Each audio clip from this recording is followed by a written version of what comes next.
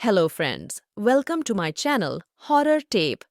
Video अच्छा लगे तो चैनल को लाइक एंड सब्सक्राइब करके बेल आइकॉन प्रेस कर देना ताकि ऐसे और भी हॉरर स्टोरीज आपको मिल सके। Let start the story.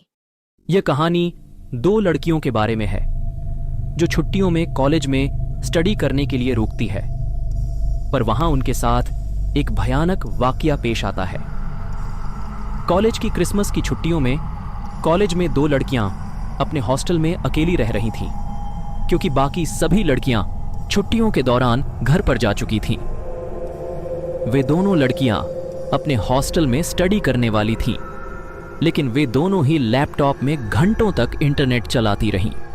फिर थोड़ी देर बाद देर रात को उनमें से एक लड़की को भूख लगी और वो खाना लेने के लिए नीचे चली गई। उसने अपने दोस्त को कहा कि वह थोड़ी देर में ही वापस आ जाएगी। वह चाबी लेकर नीचे चली गई ताकि किचन का दरवाज़ा खोल सके। दूसरी लड़की अपने कमरे में बैठकर लैपटॉप चला रही थी और दूसरी लड़की के आने का इंतज़ार कर रही थी। फिर थोड़ी देर बाद उसे नींद आने लगी, इसलिए उसने कपड़े बदले और वह सोने चली गई। फिर जैसे ही वह सोने वाली थी, उसे गड़गड़ाने के साथ कराहने की आवाज़ सुनाई दी। वह बिस्तर पर जम गई। उसका दिल तेजी से धड़क रहा था। वह आवाज़ तो बंद हो गई थी, लेकिन उसकी जगह उसे कुछ घसीटने का शोर सुनाई देने लगा। वह लड़की बहुत डर गई थी। वह दरवाज़ा बंद नहीं कर सकती थी, क्योंकि उसकी रूममेट चाबियां लेकर चली गई थी।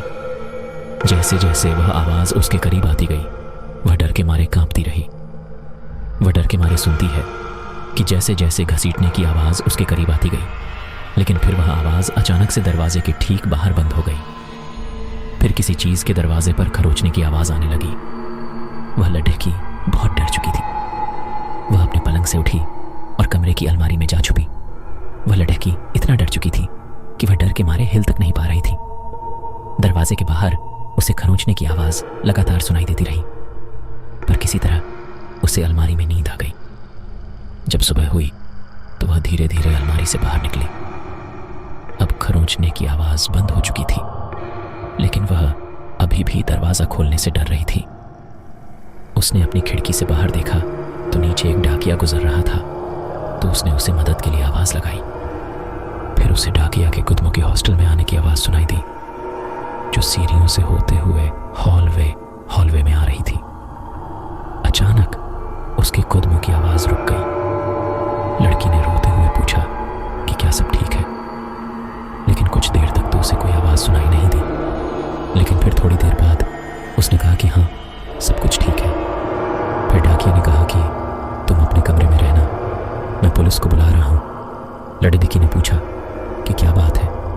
कुछ नहीं, डाकिया ने कहा, बस जहाँ हो वहीं रहो और बाहर मत आना। लेकिन लड़की पहले से ही दरवाज़ा खोलने वाली थी।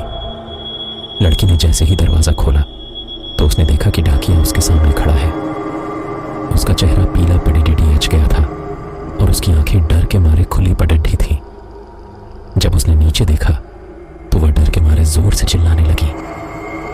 उसने नीचे देखा कि उसकी रूममेट का शरीर नीचे फर्श पर खून से लपट पड़ रहा था और सब जगह उसका खून ही खून था। उसके सिर में किसी ने एक कुल्हाड़ी घोंप रखी थी और मदद मांगने के कारण उसके नाखून दरवाजे पर घिस गए थे और उनमें से खून निकल रहा था।